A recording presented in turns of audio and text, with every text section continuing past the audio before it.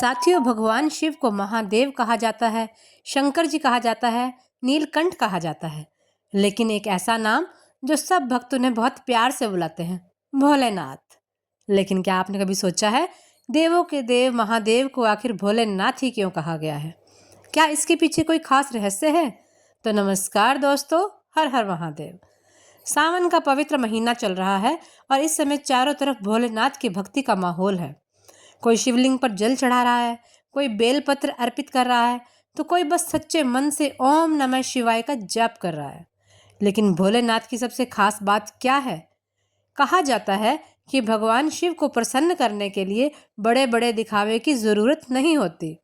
सच्ची श्रद्धा और साफ मन ही उनके लिए सबसे बड़ा चढ़ावा है। इसी सरल और सहज स्वभाव के कारण भक्त उन्हें प्यार से भोलेनाथ कहते हैं। लेकिन शिव जी के भोलेपन की सबसे बड़ी मिसाल क्या है? पौराणिक कथाओं में भगवान शिव को ऐसा देव माना गया है जो अपने भक्तों की भक्ति से जल्दी प्रसन्न हो जाते हैं। भक्त अगर सच्चे मन से उनकी आराधना करें तो भोलेनाथ उनकी भावना को महत्व देते हैं। इसलिए आपने देखा होगा कि शिव पूजा में बहुत ज़्यादा आडंबर की आवश्यकता नहीं होती। एक लोटा जल, कुछ बेलपत्र और सच्चे मन से लिया गया उनका नाम, भक्तों के लिए यही भोलेनाथ की भक्ति का सबसे सरल रास्ता माना जाता है। और समुद्र मंथन की कथा, भगवान शिव के स्वभाव की सबसे बड़ी मिसाल समुद्र मंथन की कथा में देखने को मिलती है।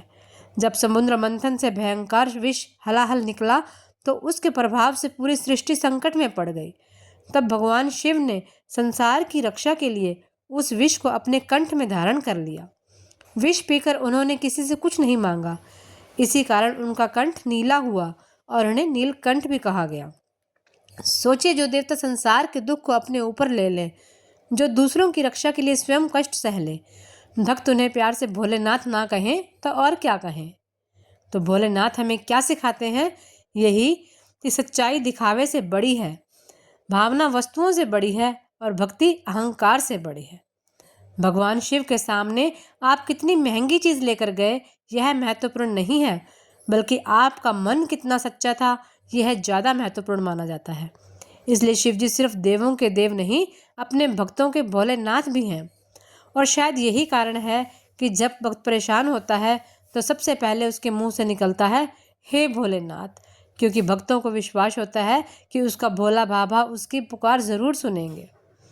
तो दोस्तों, अगली बार जब आप सावन में शिव जी के मंदिर जाएं तो सिर्फ उनसे अपनी इच्छाएं मत मांगिए। एक बार दिल से कहिए, भोलेनाथ मुझे सही रास्ते पर चलने की शक्ति देना, क्योंकि सच्ची भक्ति सिर्फ मांगने का नाम नहीं, अपने मन को शिव में बनाने का नाम है। अगर आप भी भोलेनाथ के भक्त हैं तो कमेंट में पूरे भाव से लिखिए, हर हर महादेव। और इस वीडियो को उस शिव भक्त तक ज़रूर पहुँचाइए जिसके दिल में भोलेनाथ बसते हैं। हर हर महादेव साथियों, हर हर महादेव।